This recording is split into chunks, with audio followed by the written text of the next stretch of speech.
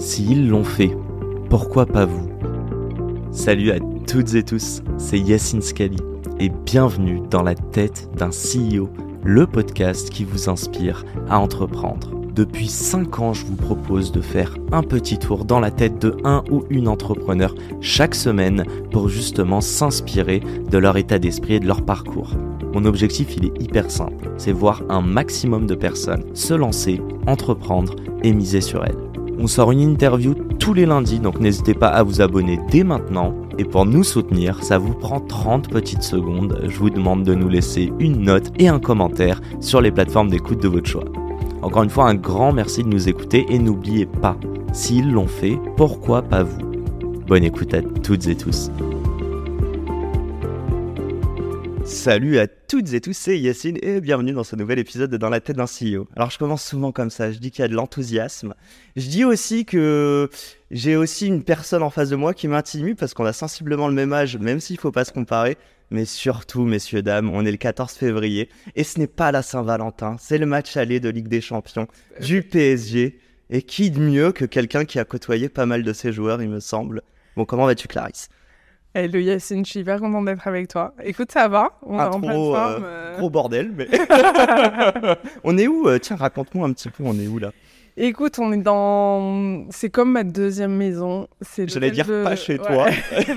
On n'est pas chez moi, mais on est à l'hôtel de Portales, qui est un endroit que j'aime énormément. J'ai fêté mon anniversaire ici cette année. J'ai énormément de beaux souvenirs ici. J'ai aussi dormi pour mon anniversaire l'an dernier ici, donc j'aime trop cet hôtel, j'aime trop l'équipe.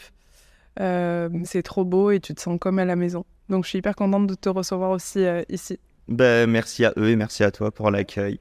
Bon, j'ai spoilé, on a parlé de sport. D'ailleurs, je pense que cette interview avec Étienne et Axel de Deimos doit être sortie déjà, donc allez checker ça. Et du coup, Clarisse, tu représentes ces talents, mais tu représentes plein d'autres talents. Raconte-moi un petit peu... Ginger, Lemon, Accor, PSG, allez. On commence par où? Tu sais quoi? On va la refaire. Qui es-tu? Comment tu te présenterais, tiens? Qui je suis? Je suis une femme de 30 ans. Non, j'ai grandi dans le sud de la France, en Aveyron. J'ai pas mal voyagé. J'ai étudié à l'école de commerce de Toulouse. Pour la petite histoire, je suis marraine maintenant de l'école, donc ça me touche trop. I know, on va en parler. Et j'ai aussi étudié à Barcelone et à Dublin. Okay. Je suis arrivée à Paris il y a un peu plus de 7 ans maintenant. Et mon petit doigt me dit que t'as pas envie de quitter cette ville. J'aime trop cette ville. Ouais. C'est mon terrain de jeu favori. Après, tu vois, il y a eu un moment, notamment en fin d'année, là, où je me suis posé la question de déménager au Moyen-Orient. Ok. T'as des talents là-bas? Mais step by step, il y a beaucoup de business là-bas. Après, mon cœur de business est à Paris. J'aime beaucoup cette ville. Donc, il y aura un équilibre. Tu vois, mon cœur, il est à Paris, mais il est aussi un peu à Barcelone, un peu au Middle East parce qu'il y a le soleil. Je sais qu'il y a aussi des opportunités aux US aussi, donc mais je pas verrai. Le sud. Le sud, j'aime trop y aller pour me ressourcer, Okay. pour rentrer, tu vois, à la maison, être au milieu de la campagne avec mes chiens, mes chevaux, retrouver, tu vois, ma famille. Mais je peux pas travailler de là-bas. Ah ouais, C'est pas possible. Non, c'est pas assez... Moi, je suis une hyperactive. J'ai besoin que les choses, elles bougent tout le temps. Je me nourris aussi beaucoup mon énergie, tu vois, avec les gens. Donc, j'allais dire que t'as un métier hyper physique, ouais, quoi. Ouais. Rencontrer du monde au quotidien, ça t'anime? Juste pour comprendre ce fait de rencontrer du monde, je le rapporte à moi parce qu'on fait ce podcast et je dis souvent qu'après le podcast, ça me galvanise. Ouais. Mais bizarrement, je dois aller au café me poser. Genre, c'est hyper paradoxal, tu vois. Mais comment tu te sens quand tu rencontres, je sais pas, 5 personnes dans la journée, que t'enchaînes les meetings? Est-ce que ça te nourrit? Est-ce que ça t'épuise? Ouais. En fait, ça me nourrit énormément parce que c'est de là où je tiens mon énergie, je pense. Depuis toute petite, j'aime les gens, tu vois. Vraiment. Et après, il y a des moments aussi où quand même je fatigue parce que du coup, je vais enchaîner les rendez-vous toute la journée. Le soir, je vais être en événementiel. Et je suis sur un métier aussi où tu es obligé d'avoir le smile tout le temps. J'allais te dire ça. Vois, tu laisses tes états d'âme de côté. Bien sûr, bien sûr. Tu vois, il y a quelqu'un qui me l'a dit. Bien sûr que mes émotions avec mes proches, ils le voient. Mais je suis quelqu'un qui a mis depuis quelques années une vraie carapace. où, tu vois, je garde mes émotions perso énormément pour moi. Que pour toi, tu les exprimes. Il n'y a pas un cercle de confiance dans lequel tu arrives à les exprimer. Bon, on rentre pas en mode psycho, mais... Elle me voit venir à 3 km. Exactement. Il y a un petit cercle de confiance, effectivement, mais je sais aussi que, tu vois, depuis quelques années, quand même, j'ai mis une grosse carapace pour avancer quoi qu'il arrive, quoi. Ok, d'accord, donc plus dans l'action. Ok, bon, Ouais. on va revenir là-dessus pour bien comprendre. Donc, tu nous as parlé un peu de d'où tu viens. Si on va très très vite, déjà, arriver à Paris... Ouais. Vas-y, je te parle de call center. Parle-moi de cette expérience. C'est vrai qu'il n'y a pas grand monde qui l'a fait cette expérience, mais quand j'arrive à Paris, je connais strictement personne. Je sais que je veux rentrer dans un grand groupe. Pourquoi ? Parce que c'était un rêve pour moi. Tu vois, d'arriver, d'évoluer à Paris, d'évoluer dans un grand groupe, de découvrir comment ça se passe. Plutôt dans l'univers du luxe. Ok. Et je suis déterminée, j'envoie 150 CV. Mais effectivement, le temps où, tu vois, je dois trouver un job, il se passe quand même quelques semaines. Et je prends un job dans un restaurant. En tant qu'Aveyronnaise, tu sais, on a quand même pas mal de brasseries à Paris. Donc, je demande à certaines personnes et je bosse de 6h à 20h dans un resto le week-end. Et la semaine, je bosse dans un call center. Ok. Et j'ai jamais fait ça, non, et je prenais aucun jour de repos. Mais je suis vraiment, j'ai toujours été déterminée. Je sais, mais je pense qu'il y a une limite à ça aussi. Bien sûr, on va en parler. C'est très possible. Mais du coup, ouais, du lundi au vendredi, je suis dans un call center où mon objectif, enfin mon job, c'est d'appeler les actionnaires de Air Liquide. Pour leur dire qu'il y a une augmentation de capital et qu'ils peuvent acheter des actions s'ils le souhaitent à un tarif préférentiel. Je connais rien à la finance, c'est énorme. Genre, allez, pitch-moi Air Liquide. Et je connaissais pas du tout Air Liquide avant. Tu vois, genre même si j'ai fait une école de commerce, je bouffe pas non plus du 440 pendant... Ah bah j'ai découvert Air Liquide en faisant mes études. Bon, bah tu vois. clairement. Et du coup, expérience intense mais hyper enrichissante. Et puis après, je rentre chez Accor. Et quand je rentre chez Accor, je garde le resto le week-end, mais j'arrête le call center. Ouais. Ouais, tu sais, moi, je suis partie de chez mes parents, j'avais 17 ans. Donc là, ça fait déjà 13 ans que je suis à la maison. Je t'ai pas demandé ton âge. Et je viens d'avoir 30 ans, là. Ça a été très, très dur. Aïe, aïe, aïe. Aïe, aïe, aïe. Dans 4 mois pour moi. Ah ben voilà. On n'y est pas. je profite. Ouais, tu me disais 17 ans, ouais, chez toi. Et j'arrive à Paris, je veux être indépendante, enfin je veux continuer à être indépendante, tu vois. J'ai pas envie de demander, il y a mon frère et ma soeur derrière moi, donc l'idée c'est aussi de... Ah, t'es l'aîné ? Ouais. Ok, juste pour comprendre, allez, j'allais te dire, est-ce que t'es ok pour parler argent ? Mais moi je m'en fous, je te pose la question. Tu gagnes combien quand t'as ton call center plus le resto, le week-end, mensuellement environ ? En plus il y a des tips et tout, mais... Mais franchement, je suis quasi à rien. Je payais... De mémoire, j'étais payé 8 ou 9 euros de l'heure. Ouais. Un truc comme ça. Mais je cravache vraiment beaucoup. Et là, tu rentres chez Accor, CDI ? Ouais. Je rentre en alternance au début. En alternance ? Ah ouais, donc t'es à 1004, quoi. C'est pour ça que tu gardes le resto, en fait. Mais en fait, je refais un MBA, en fait. J'ai fait un master en double diplôme avec l'Université Polytechnique de Catalogne avec TBS. Et quand j'arrive à Paris, je me rends compte que c'est hyper dur de rentrer dans un grand groupe. Donc, je postule à un MBA pour faire alternance et pour rentrer dans un grand groupe.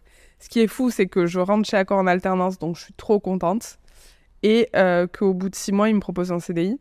Donc, j'arrête l'alternance et je rentre en CDI. C'est ça la vraie histoire qui s'est passée. C'est incroyable. C'est que j'avais tellement la dalle que je me suis dit, il n'y a pas de problème, je refais une année d'études s'il faut. Mais je veux rentrer dans un grand groupe. T'as payé combien de ta poche pour le MBA ? Du coup, c'est Accor qui l'a payé vu que j'étais en alternance. Ah oui, ok, il paye l'école. Ouais, il te paye l'école. Ah, mais si tu la trouvais pas, fallait que tu lâches 10, 12 000 balles. Ah, mais je le faisais pas. Ah oui, ok, donc c'était une condition sine qua non. Exactement. Je préférais sinon bosser, tu vois, jusqu'à ce que je trouve un job. Mais oui, non, c'était obligé que c'était... Accor, tu fais quoi là-bas ? Tu rentres Accor, je rentre en étant junior sur la partie campagne de publicité digitale.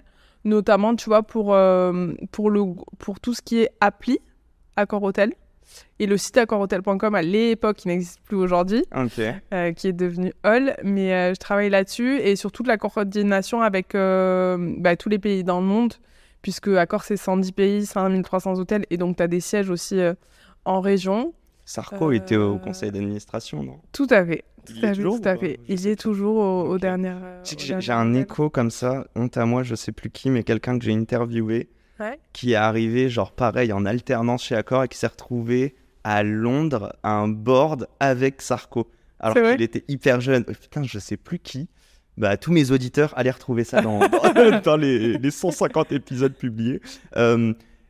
C'est quoi En fait, ce que j'essaie de comprendre, c'est il y a le luxe, mais il y a aussi ce que tu fais au quotidien.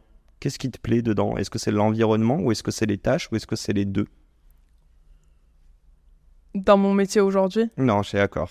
Là, on est encore il y a quelques années. Chez Accor, ce qui me plaît, c'est je travaille pour une industrie de service où tu es obligé d'aimer les gens. Okay. Tu vois, tu penses aux clients tout le temps, quoi qu'il arrive. Et j'ai évolué aussi, tu vois, depuis que j'ai 16 ans. Tous les étés, je bosse dans la restauration.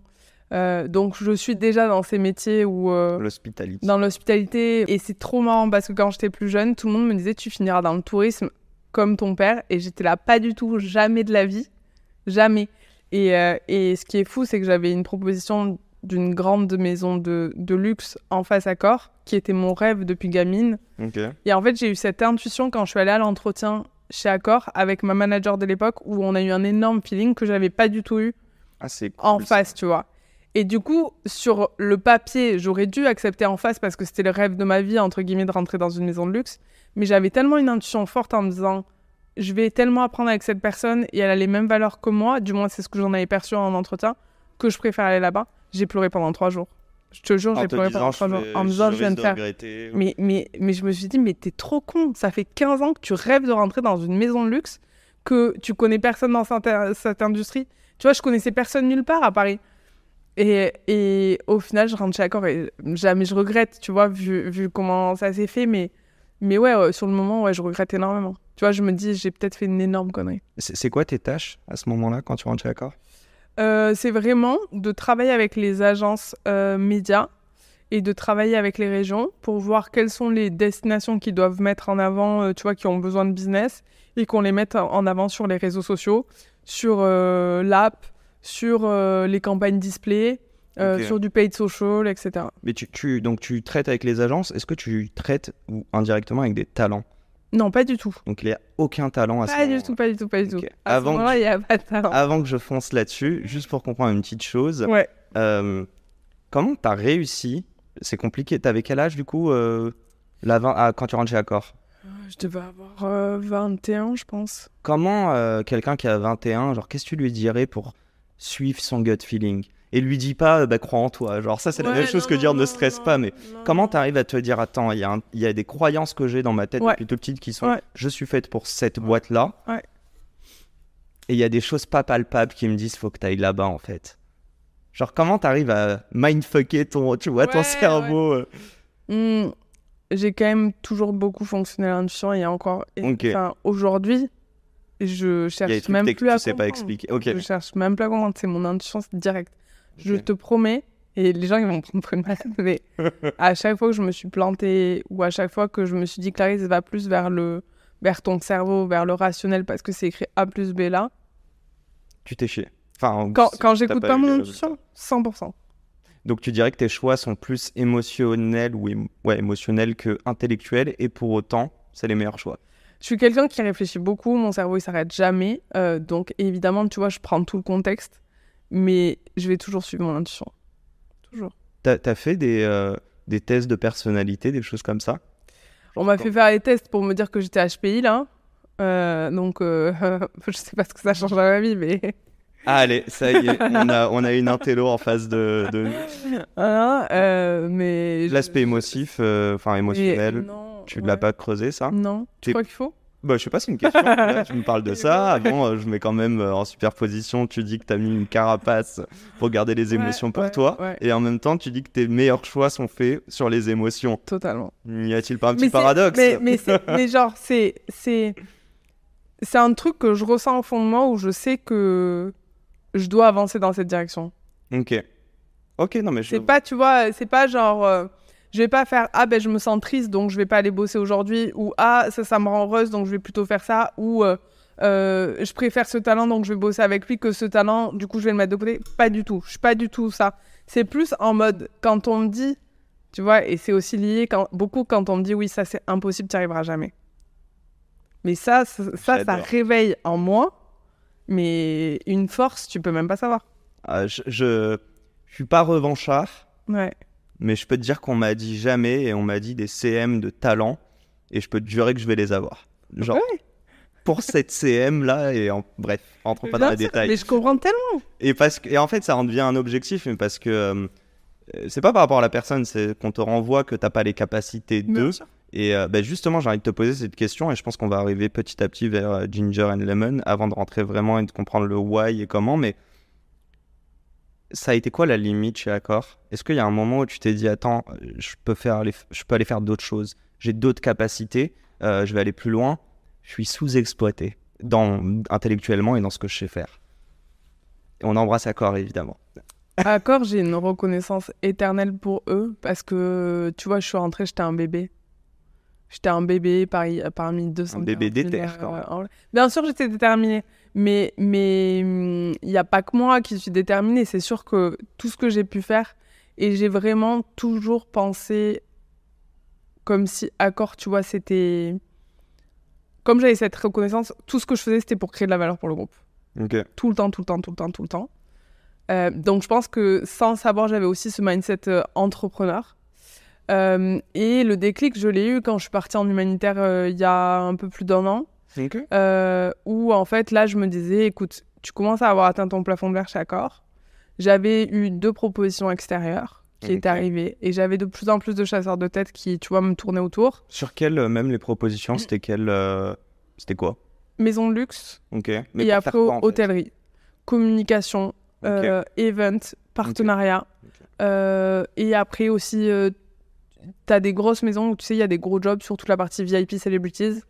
C'est un peu la question, mais ok, on va revenir sur les talents juste après. Ouais. Mais donc, ok, pas mal de personnes qui te disent donc j'avais ça. Beaucoup de valeur, en fait. Et ça faisait 1 an et demi que j'écoutais pas trop, mais quand même, tu vois, au fur et à mesure, ça commençait à rentrer dans ma tête, où j'avais soit des marques, soit des talents, donc des célébrités, des athlètes, ou des personnes même dans la mode qui me disaient « Est-ce que tu veux pas gérer notre image ?» Et moi, j'étais tout le temps là « Écoute, si t'as besoin de moi, genre sur un shooting ou quoi, en mode off, bénévolat, en tant qu'ami, y a pas de problème, je t'aide. » Et je me suis retrouvée à faire des trucs comme ça, tu vois, sur mes temps off, sur mes week-ends, etc., où j'ai jamais pris 0 argent. Et quand je suis partie en humanitaire, je suis partie avec 2 de mes meilleurs amis qui sont Paola Locatelli et Zoé Marshall. Et Gaulerie, c'était pas des... Ouais. Gaulerie. Pao, c'est comme ma petite sœur. Vraiment, on a cette relation, tu vois... Rencontrée via le taf ? Ouais, rencontrée via le taf, il y a plusieurs années. Et Zoé, on s'est rencontrés via le perso. Ok. Et on est devenus inséparables, tu vois. Écoute, c'est mon Xanax. Paola, je connais pas beaucoup. Je l'ai vu dans la série avec Nawel, et c'est comme ça que je l'ai découvert. Okay. Parce que je suis pas du tout un mec des réseaux. Ouais. Faut le savoir, je suis nul. Parce que je veux pimper mon compte. Et non, par contre, Zoé, hyper agréablement surpris. Déjà, rien à voir, mais attends, c'est dans quoi ? C'est dans Narvalo. Ouais. Incroyable, elle est incroyable. Elle défonce l'appart. Enfin bref, et surtout son dernier film avec Nassim. Voilà, on les salue, mais ok. Et qu'est-ce qui s'est passé en humanitaire ? Vous êtes allé où et pourquoi surtout ? On est parti au Togo. Moi, ça faisait longtemps que j'étais engagée avec des assos en France, et je continue, tu vois. Mais c'est vrai que quand tu rentres à la maison, c'est pas... Enfin, tu reprends ta vie normale. Et j'avais aussi vraiment envie de m'engager dans une mission où t'es là sur un temps bien précis, avec des missions, de voir comment tu peux essayer de changer les choses. Et c'est très marrant parce que Paola et Zoé ne se connaissaient pas. Donc, elles étaient toutes les 2 amies avec moi, mais elles se connaissaient pas. Elles s'étaient vues genre une fois à mon anniversaire. Et attends, elles acceptent de partir. Ok. Non, mais truc de ouf. Mais parce que moi, je connais très bien les 2 profils, donc je savais que c'est des filles qui sont tellement pas prises de tête que on part 3 semaines, c'est Koh-Lanta, hein. On dort par terre, il y a pas d'électricité. Il n'y a pas de douche, il n'y a pas de toilette. Enfin, genre, c'est hard. Zoé, je la vois plus chill, mais Paola, à ce niveau-là, je l'aurais plus vue à galérer, non ? Franchement, toutes les 3. on s'en est très bien sortis, mais on a toutes les trois eu des moments énormes de craquage. Ok. Tu pleures, ou t'as mal au dos, ou tu dors pas, Mais après, tout ce que tu vis avec les enfants, tu vois, ça te fait oublier tout ça. En vrai. Et ça nous a tellement rapprochés aussi toutes les trois.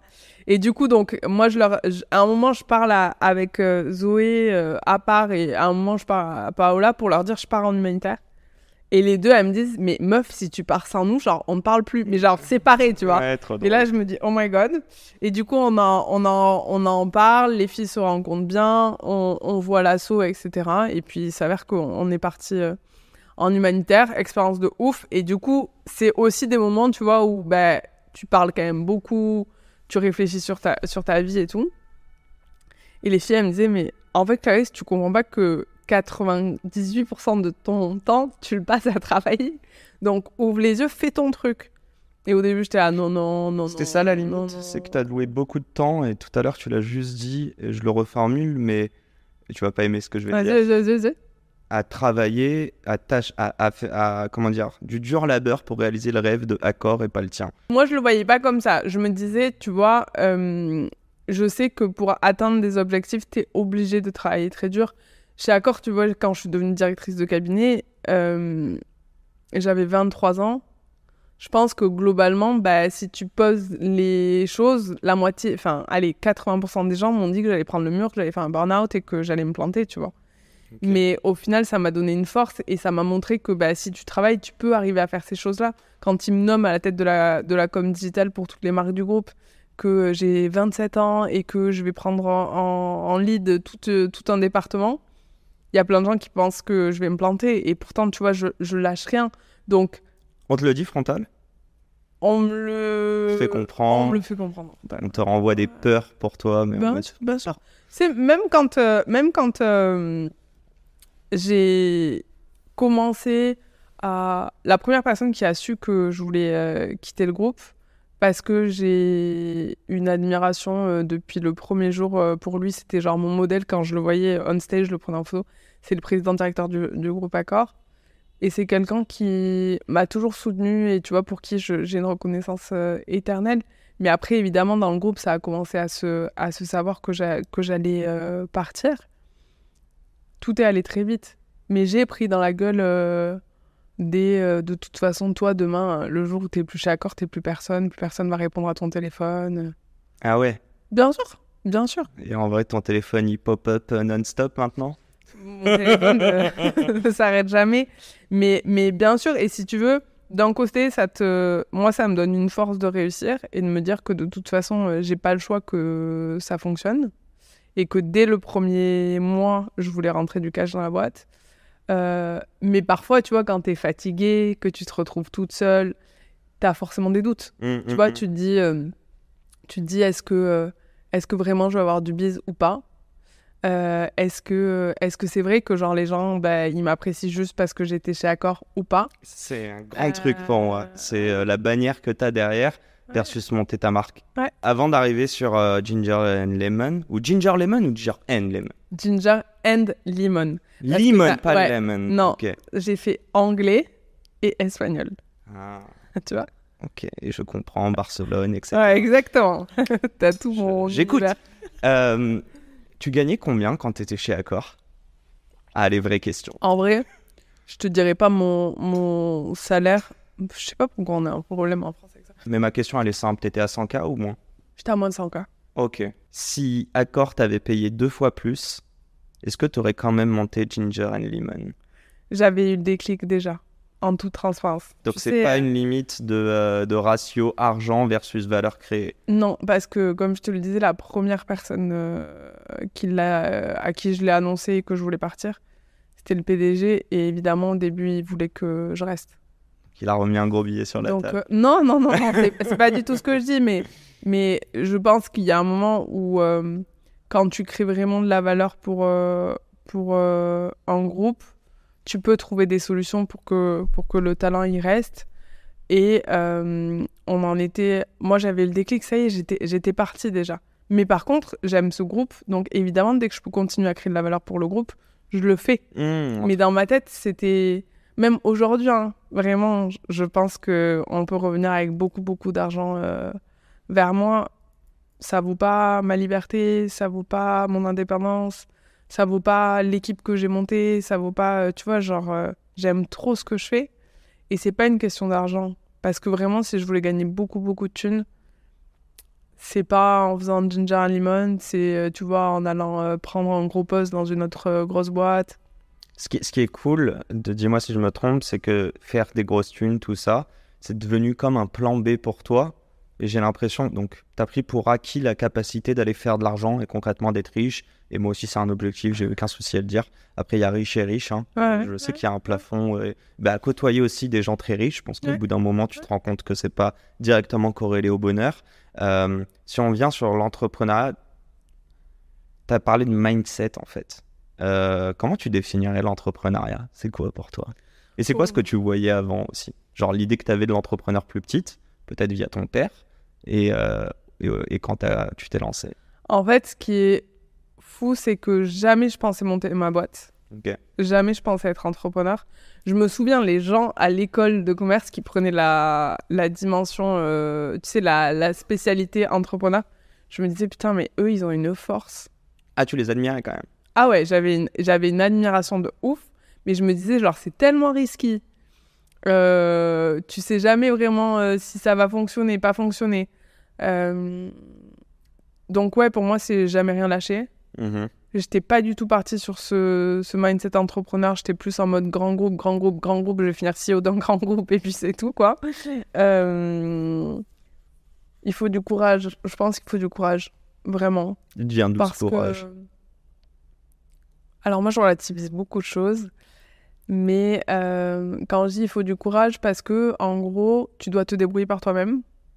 C'est toi qui assumes ton salaire à la fin du mois et c'est toi qui assumes aussi le salaire des personnes qui travaillent pour toi. Et donc des familles aussi qui dépendent derrière, tu vois.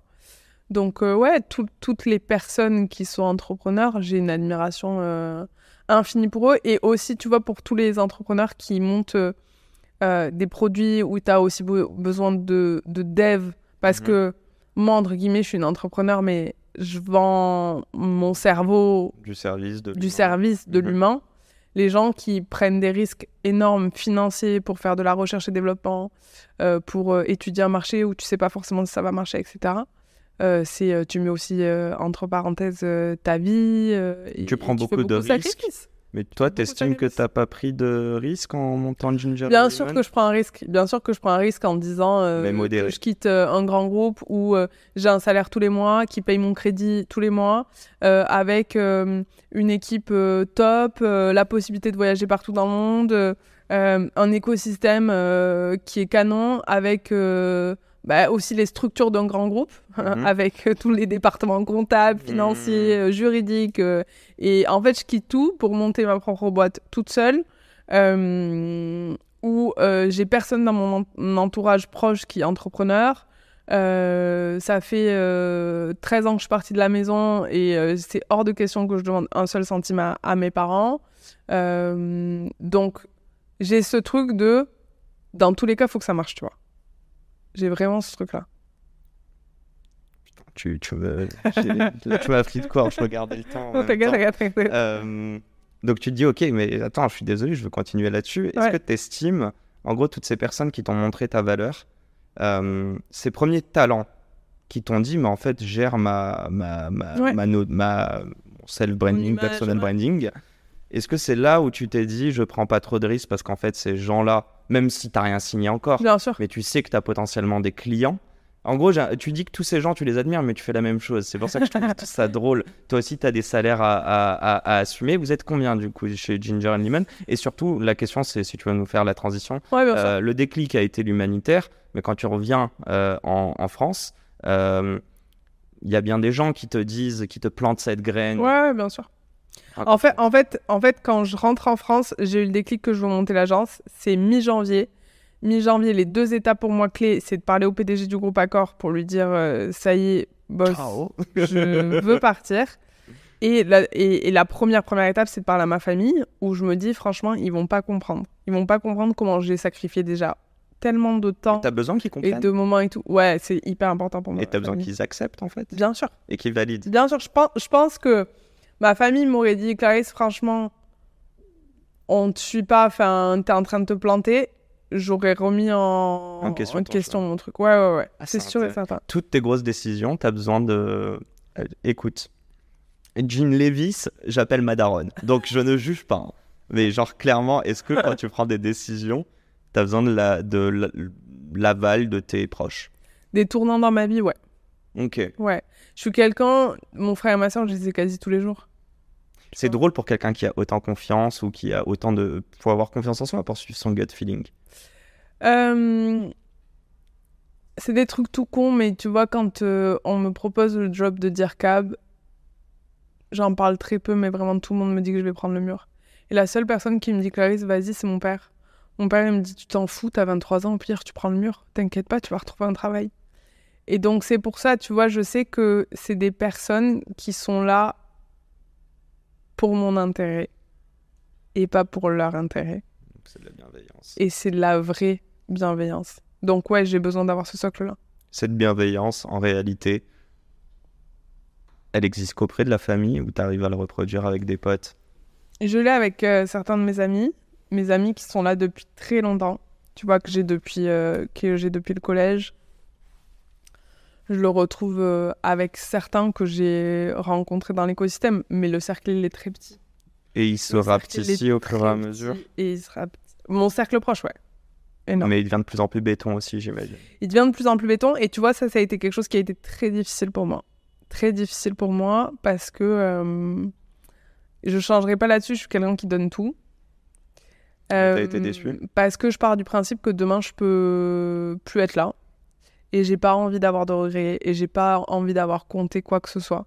Je suis hyper consciente de cette notion de la vie, mais j'ai été hyper déçue. Ouais, j'ai été hyper déçue. J'ai eu plein de trahisons, même en amitié. Donc ça te met des coups, mais ça te renforce aussi énormément. C'est qui à qui tu dédierais Ginger and Lemon, le premier talent, la personne qui t'a fait confiance? Ah, fais attention, on va y avoir des jaloux. Ouais, c'est pour ça que je vais pas du tout m'emballer là-dessus. Mais je suis hyper reconnaissante pour les marques qui m'ont suivi dès le début et les talents qui m'ont suivi dès le début. Et certains, j'ai été hyper surprise et hyper touchée, tu vois. Et c'est pour ça aussi, tu vois, que je mets aussi tellement d'énergie pour pas les décevoir. Ouais.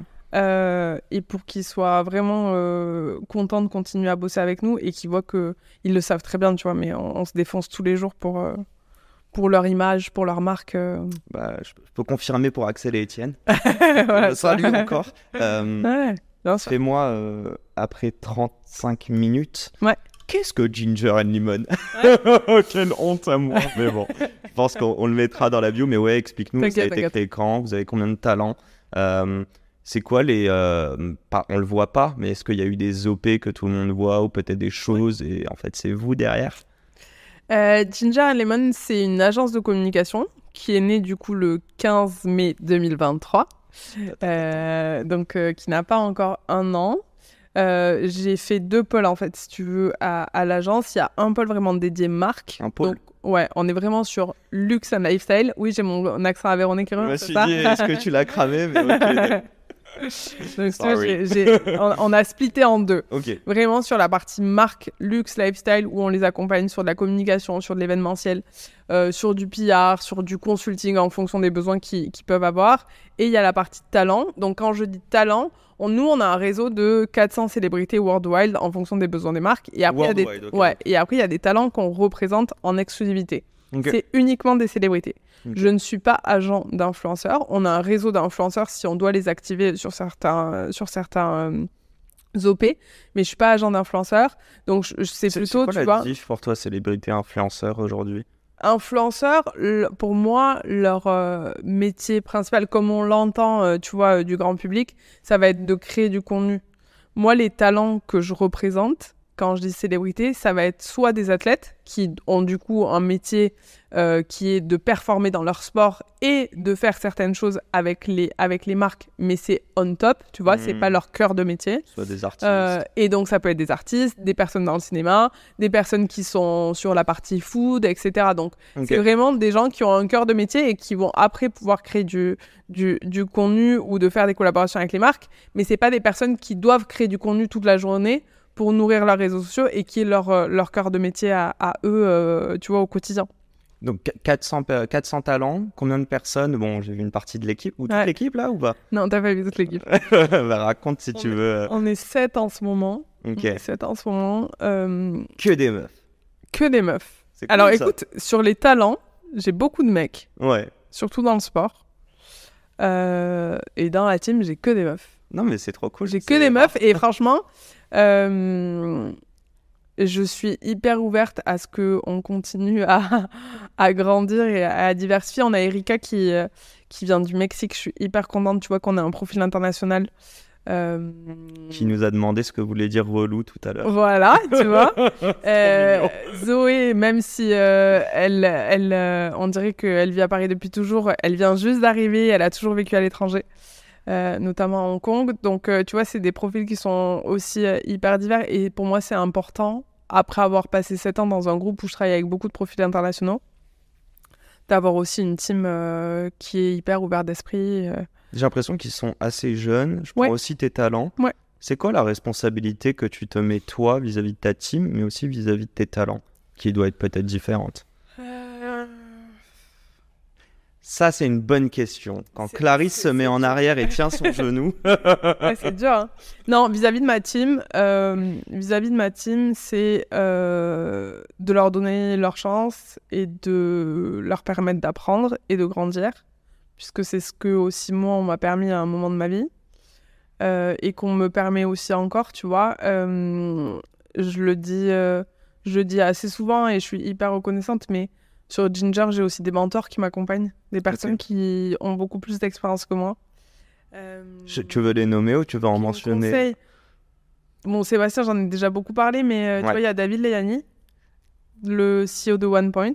Ok, d'accord. Qui m'accompagne, qui me conseille, et l'agence est installée chez OnePoint. Ok, d'accord. Tu vois, donc on a les bureaux aussi là-bas, qui sont des bureaux incroyables à Trocadéro. Mieux qu'ici. Mais ici, c'est la maison. Mais à Trocadéro, on a le petit-déj tous les matins. On a une terrasse. Je sais pas où t'habites, Clarisse, mais ça doit être dur le soir quand tu rentres à la maison. Petite vue Tour Eiffel. Le petit rêve qui s'arrête. Non, mais alors, il faut savoir que je suis quelqu'un qui m'adapte partout. Tu vois, j'ai voyagé vraiment beaucoup dans des conditions de fou. Mais je suis quelqu'un, tu vois, je vais aussi être très heureuse avec mes pieds nus à marcher avec mes chiens à la campagne ou au Togo. Enfin, franchement, en fonction des gens avec qui je suis, il y a des fois où je suis dans des 5 étoiles et en jet privé et des gens avec qui j'ai pas du tout envie d'être. Tu vois, et je préfère être au Togo avec Zoé et Paola. Donc c'est pas quelque chose, tu vois, qui me... Bien sûr qu'on a de la chance d'être dans des conditions de ouf comme ça. Et jamais je cracherai dessus, je suis hyper reconnaissante de tout ça. Mais c'est pas une fin en moi. Tu vois, tout à l'heure, tu parlais de faire de l'argent. Évidemment, j'assume complètement que je veux faire de l'argent. Mais moi, je veux faire de l'argent parce que je veux avoir ma fondation. Okay. Et c'est juste... Enfin, le seul vraiment objectif où j'ai au fond de moi ce putain d'objectif et que je lâcherai pas, c'est ça. C'est l'impact ultime. Ah ouais. Bah attends, je vais foncer là-dessus. Mais juste la partie responsabilité que tu as, je voudrais savoir aux côtés des talents. Ouais. Et même, je vais te poser une question. Ouais. Tu bosses qu'avec des talents que tu kiffes ou il y en a que... T'es obligé de bosser qu'avec des talents avec qui tu t'entends ultra bien? Franchement, je suis obligée de... Mais même sur la partie marque, hein, je suis obligée de travailler comme c'est pour le succès du talent. Je suis obligée de travailler avec des talents que j'aime, avec qui je partage les valeurs. Ok. Et sur qui aussi je vois un potentiel où moi je peux les faire grandir et les accompagner. Si c'est un talent où je sais que j'aurais peut-être pas l'expertise, peut-être pas de valeur ajoutée, je préfère totalement dire c'est pas moi la bonne personne. Tu dois te sentir légitime. Ah ouais, obligé. Ok. C'est quoi ton plus beau souvenir en ayant bossé avec Accor et peut-être lié au Paris Saint-Germain? Fais-moi plaisir. Ouais, c'est dur. En gros, je pense mes plus beaux souvenirs, c'est le dîner que j'ai organisé dans les vestiaires du Paris Saint-Germain avec Jean Humbert. Et l'autre truc qui m'a marqué, il y a un moment où j'accompagnais pas mal Kaby Lame, tu sais, le plus gros TikToker au monde. Bah, typiquement, tu vois, c'est un taf à plein temps. Mais lui, il est pas créateur de... Ah bah si. Ouais, mais j'étais chez Accor à cette époque. Ouais, mais donc tu le c'était prendrais plus pas, par exemple, chez off-time. Ginger and Lemon, quoi. C'est des équipes dédiées. Et Okay. pendant 6 mois, tu vois, j'ai fait des choses avec eux et avec son manager de l'époque. Et on l'a fait venir au Parc des Princes, le même jour que j'avais fait venir Fabio Quartararo au Parc des Princes, qui avait fait la démonstration en moto. La team s'entraînait au Parc des Princes ce jour-là. Et on a fait la rencontre où Kaby rêvait de rencontrer Messi, c'était son idole. Et on a fait cette rencontre-là et franchement, c'était canon. Donc ça, c'était une très belle journée.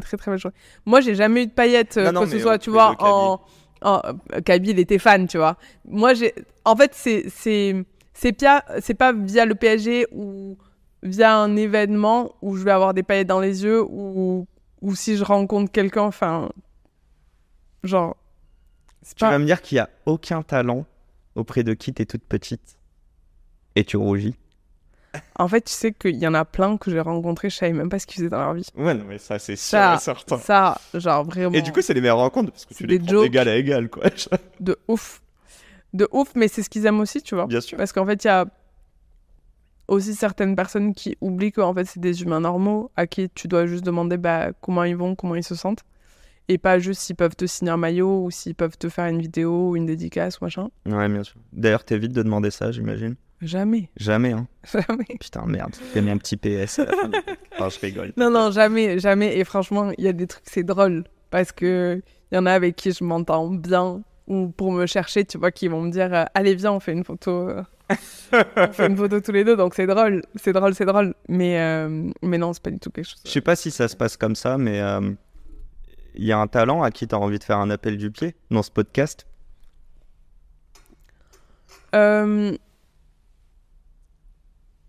Parce que, typiquement, je te posais la question, je sais pas si t'as répondu, mais en tout cas, il y a personne auprès de qui tu te sens toute petite ou qui te gêne presque. Non, mais en fait, j'aurais jamais un comportement de fan, tu vois. Ok. Je serais jamais en mode... parce que j'ai été éduquée comme ça, en fait, il y a personne qu'on a idolâtré, que, tu vois. Mais par contre... où tu perds tes moyens. Non, perdre mes moyens, non, ça c'est sûr que non. Par contre, de travailler pour des gens comme Jacques Mus, Barack Obama... Olivier Roustin, Beyoncé. Jacques Mus, c'est possible, non? Tu vois, des gens comme ça qui m'inspirent énormément, of course. Genre une Rihanna, de faire... Bien sûr, mais pareil, pas à 100% de mon temps. T'as pas contacté Simon? Non. Ok. Non. Si tu nous écoutes, je sais pas, peut-être qu'il se perd sur Spotify et là... On sait jamais, hein. Bon, on avance un petit peu, je veux juste parler de l'importance de retransmettre. Tu nous as parlé de TBS, c'est ça? Ouais. Donc la Business School de Toulouse. Tu nous as parlé aussi d'Asso, mais au-delà de ça, ton but ultime qui est d'avoir un impact via une fondation. Ouais. Déjà, c'est quoi une fondation? C'est quand on a trop de thunes et qu'on sait pas quoi en faire comme LVMH? T'es mauvais. Je suis mauvais parce que, by the way, un vrai truc, hein, ils ont passé beaucoup de leurs frais dedans, alors que c'est censé être une boîte à but non lucratif, et du coup, ils ont eu des économies d'impôts. Alors, Bernard, qu'est-ce qu'on dit? Non, après, évidemment, il y a des avantages fiscaux à faire des fondations, mais quoi qu'il arrive, même si tu as des avantages fiscaux, tu dois quand même mettre de l'argent. Bien sûr. Il n'est pas de l'argent que tu vas utiliser pour d'autres choses. Donc ça, il faut arrêter de toute façon, tu fais une fondation pour économiser de l'argent, c'est pas vrai, tu as une partie qui est ton argent que tu mets pas pour autre chose. Donc ça, c'est un premier point. Et tous les riches n'ont pas des fondations, d'ailleurs. Tous les riches n'ont pas des fondations. Moi, c'est juste, depuis des années, un entretien que j'ai avec moi-même. En fait, tu vois, quand juste après avoir été DIRCAB, je me suis posé la question de partir en humanitaire, mais genre définitivement. Ah oui, de faire que ça. Et j'avais eu une conversation à ce moment-là avec quelqu'un qui est très engagé, mais qui est aussi le patron d'une très grosse boîte, et qui m'avait dit, écoute Clarisse, je pense que tu auras beaucoup plus d'impact si tu continues à travailler, à développer ton réseau pour embarquer les gens et vraiment changer les choses, plutôt que de partir toi à ton échelle. J'avais, je crois, 24-25 ans. Et de partir comme ça au bout du monde en humanitaire. Et il m'avait dit, continue à travailler, continue à faire ton réseau. Et un jour, tu verras que tu auras vraiment un impact. Et après, j'ai commencé à continuer à mûrir ce projet d'humanitaire en Afrique. Je continue avec les assos avec qui je bosse. Et il y en a 2 qui me tiennent énormément à cœur, qui sont l'association AIDA et Tout le monde contre le cancer, qui aide les enfants et les personnes atteintes du cancer à l'hôpital. Elle a été créée par qui, cette asso? AIDA, Ouais. par Léa Moukanas. Et c'est sa grand-mère Aïda, non? Exactement. Ouais, j'ai vu une conférence, là, ça vient de me tilter. C'est une superwoman. Ouais. Et Qui l'a créée, je crois, pour la petite histoire. Elle avait moins de 18 ans et c'était illégal. Ouais, mais c'était illégal de créer une asso en ayant moins de 18 ans, je crois. Non, mais elle est incroyable, Léa. Et Tout le monde contre le cancer, c'est Nicolas Rossignol qui est un Aveyronais. Ok. Ah. Donc voilà. Elle s'appellerait comment, ta fondation? Je sais pas. Fondation Clarisse? Je sais pas. Le truc, c'est que je veux faire 3 pôles, avec un pour les enfants, ça c'est sûr. Un pour les femmes. Femmes, tu vois, sur toute la partie violence conjugale, moi j'ai eu quelqu'un de très, très, très proche de moi qui a vécu ça. Ça a été genre un calvaire et ça m'a... Je pense que j'ai mis très, très... Je sais même pas si, tu vois... Ouais, ça m'a traumatisée. Okay. Et je sais même pas, tu vois, si je suis encore remise de ça. Okay. Et pour les jeunes talents aussi femmes, parce que, tu vois, moi, j'ai aussi eu du mal à trouver mes repères et des modèles et des exemples autour de moi quand je me suis retrouvée au milieu aussi de personnes plus âgées, plus expérimentées, et dans un univers aussi qui était quand même très masculin. Donc d'aider aussi toutes les femmes. Et après, j'ai grandi avec des animaux qu'on a toujours genre recueillis, trouvés, sauvés de chenilles, qui étaient abandonnés et tout. Donc il y aura une partie sur les animaux, c'est sûr et certain. J'ai besoin de comprendre, quand tu décéderas comme nous tous sur cette terre, c'est quoi ce que tu veux qu'il soit écrit sur ta pierre tombale, en fait? Tu voudrais qu'on te retire, qu'on se souvienne de toi. Pourquoi? C'est hyper dur comme question. I know. J'ai jamais dit que c'était facile. C'est hyper dur comme question. Et je crois que je veux juste que les gens que j'aime et qui m'aiment soient pas tristes et qui se souviennent, tu vois, de tous les bons moments qu'on a passés, et de se dire que, en tout cas, tous les jours que j'essaye, enfin tous les jours qui passent, j'essaye toujours de me dire que je veux pas avoir de regrets. Donc tu vois, j'ai grave de la facilité à dire les choses, à faire tout ce que j'ai envie de faire, à prendre les opportunités et à dire aux personnes que j'aime profondément que je les aime, tu vois. Est-ce que t'as besoin d'être aimé des autres? Ouais, complètement. Et est-ce que c'est complètement mauvais bon. Parfois, ça peut être too much. Ok. Ouais. Donc au point que même s'il y a 99% de la pièce qui t'aime, s'il y a 1%, une personne, tu vas le voir, tu vas le ressentir, ça va te mettre mal. C'est plus... J'ai toujours voulu bien faire. Et mon père m'a toujours répété une phrase depuis que je suis petite. À chaque fois que tu quitteras une pièce, assure-toi que les gens parlent bien de toi et jamais en mal. Et en fait, parce que je pense que, tu vois, il a toujours voulu qu'on soit des enfants pas irréprochables, mais tu vois, un peu modèles quand même. Et j'ai une pression par rapport à ça, de se dire j'essaye toujours de tout faire bien, et qu'on puisse pas raconter de la merde sur moi. On l'a fait avant et t'as été traumatisée encore une fois? Non, mais c'est des trucs tout cons. Ouais, je pense que évidemment, je sais qu'il y a forcément des gens qui parlent, des gens qui se disent oui, sa vie en fait c'est de passer du temps avec les stars. De toute façon, pour en arriver là, elle a dû avoir une histoire avec un tel ou avec un tel. Tu vois, non mais non mais je le sais très bien, je suis pas bête, tu vois. C'est comme dernièrement, on m'a dit que j'avais été virée de chez Accor. J'étais là, mais c'est énorme. Enfin, genre, vous savez plus quoi inventer. Mais tu comprends ou pas que ça suscite de la jalousie, des questionnements, et que pour eux, pour beaucoup de personnes, non, tu quittes pas Accor pour monter ta boîte parce que tu as un super poste. Non, tu ne peux pas aller côtoyer des gens qu'on voit que sur Instagram. En fait, tu le vois.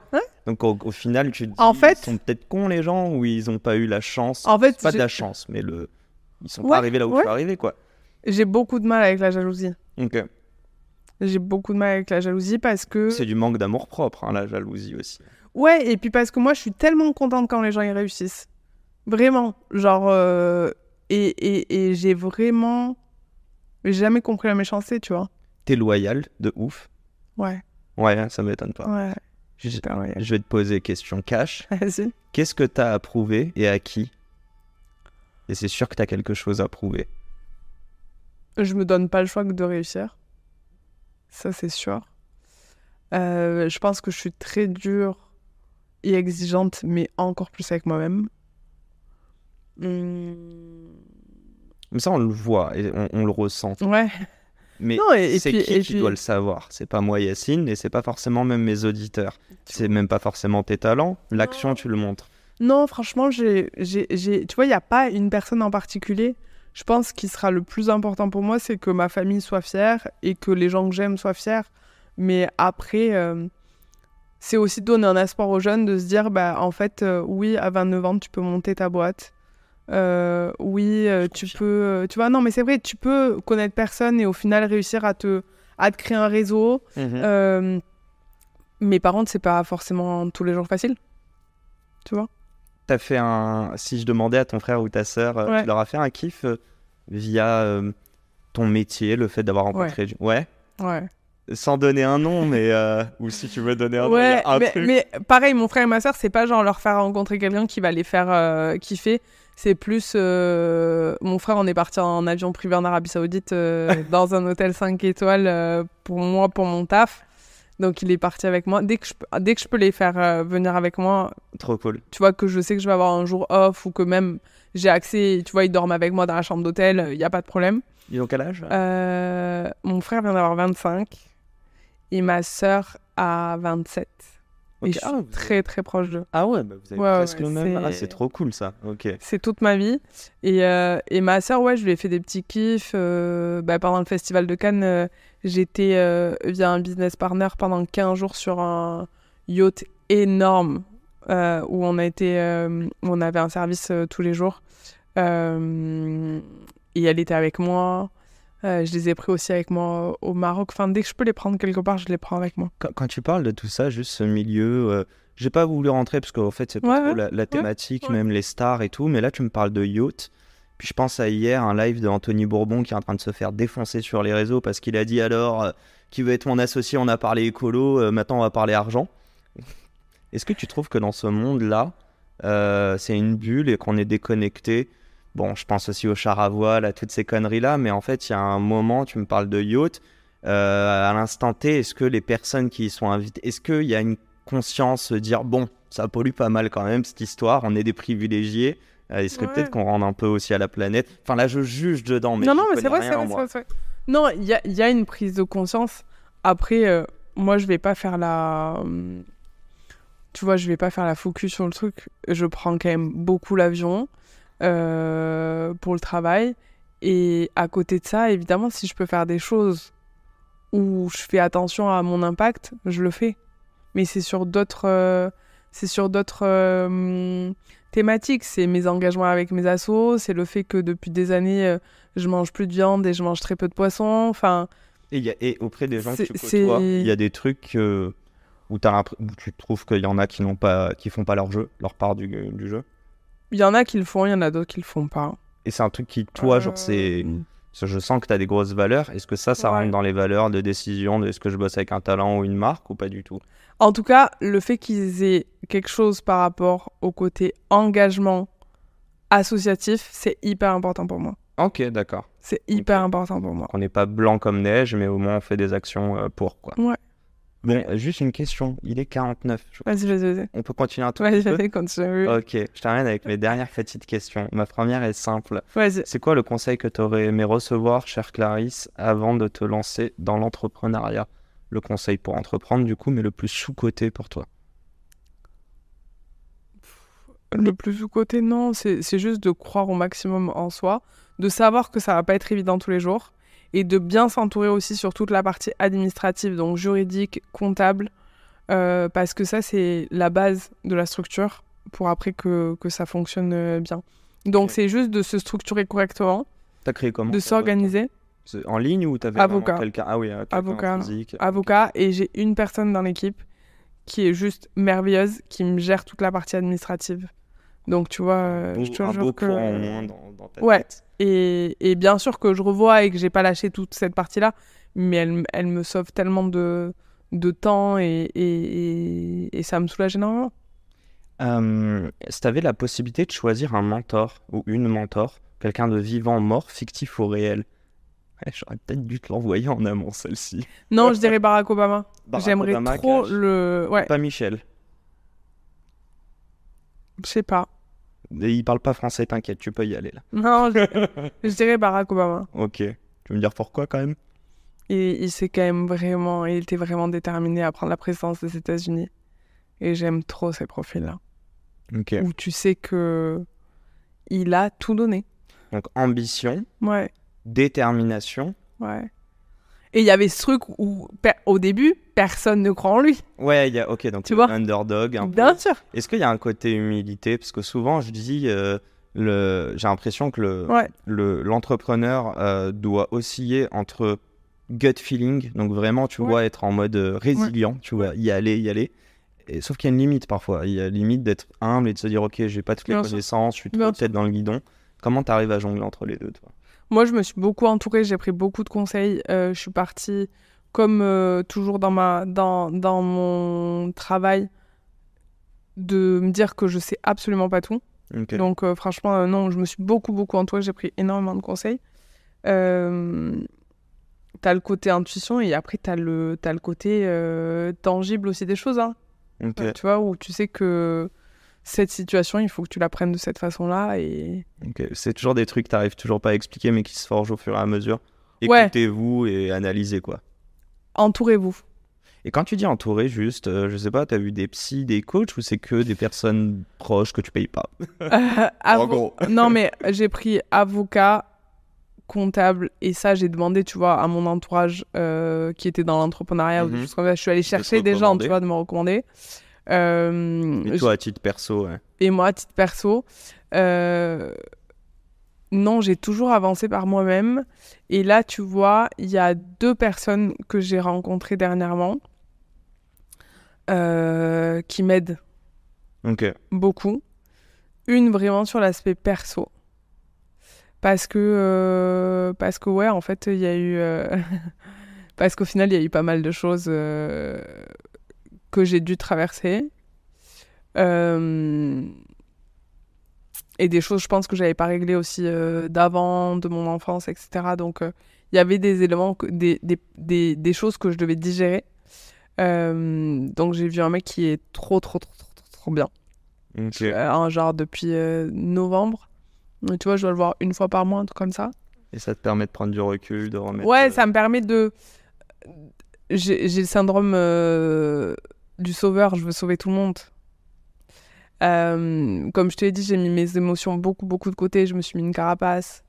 J'ai un rapport à la vie qui est où je profite de chaque jour et je prends chaque opportunité. Mais parce que j'ai grandi, genre on a eu un incendie, on a eu un cambriolage. Ma sœur, elle a vécu une partie de sa vie à l'hôpital parce qu'elle a une maladie rare. Ma mère a eu un cancer, mon père a eu une grave maladie. Moi, j'ai fait beaucoup de séjours à l'hôpital par rapport à mes poumons. Donc, il y a toutes ces choses-là, tu vois, où parfois, je vais me dire, tu vois, je vais prendre toutes les opportunités et je vais limite me précipiter et être hyperactive et machin, etc. Parce que j'ai peur que, genre, du jour au lendemain, genre, tout ça disparaisse. Donc, il y a cette personne-là qui m'a fais comprendre, arrête de vouloir sauver tout le monde parce que sinon tu vas sauver. Voilà, exactement. Et puis tu vas être déçu tout le temps. C'est vrai. Parce que tout le monde ne veut pas être aidé aussi. Exactement. Et moi, je voulais aider tout le monde, mais j'ai fait des trucs, mais t'as même pas idée. Mon frère et ma soeur, ils me disaient, mais t'es taré, genre arrête de faire des choses comme ça. T'as appelé les darons de tes potes parce que tu t'inquiétais pour eux. J'ai hébergé des gens pendant 1 an à la maison. Ok. Non, vraiment, j'ai vraiment voulu sauver certaines personnes. Je t'embête juste sur le truc.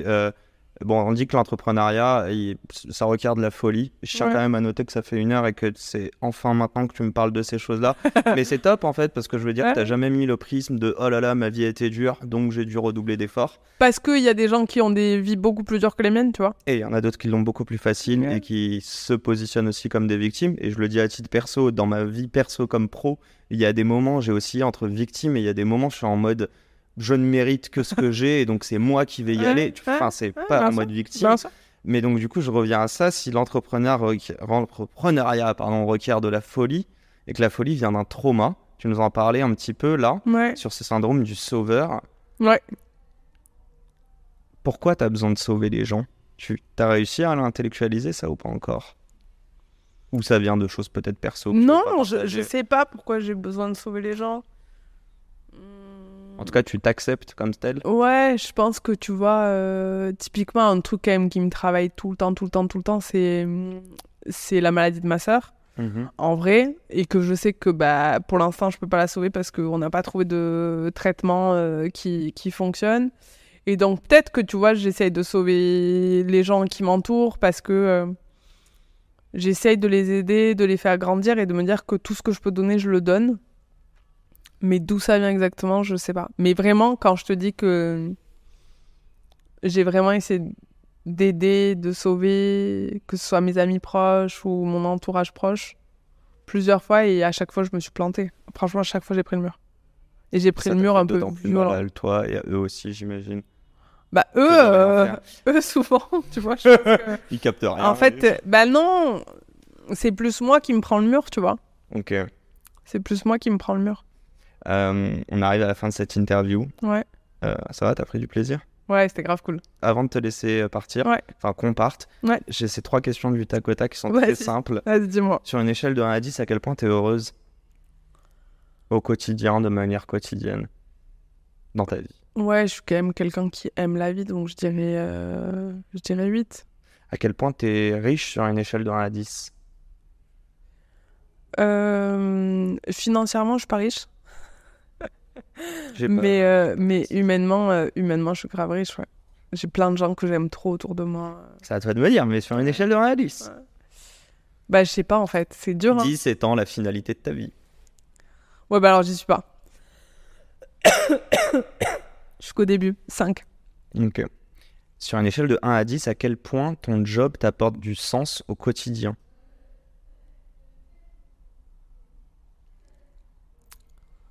9, parce que je sais que je le fais pour la fondation. Et enfin, sur une échelle de 1 à 10, à quel point ton job te demande des efforts au quotidien ? 10. Voilà. 10, je vous laisserai faire les corrélations de toutes ces questions. Il n'y a pas de sujet là-dessus. Bon, mademoiselle Caston, grand merci pour ce moment. Merci à toi.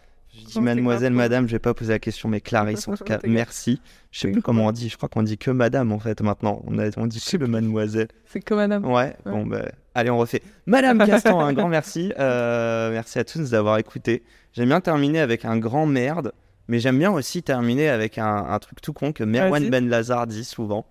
T'aimes pas ton job, tu démissionnes. Allez, bonne semaine à tous, vous qui nous écoutez, un bon lundi matin.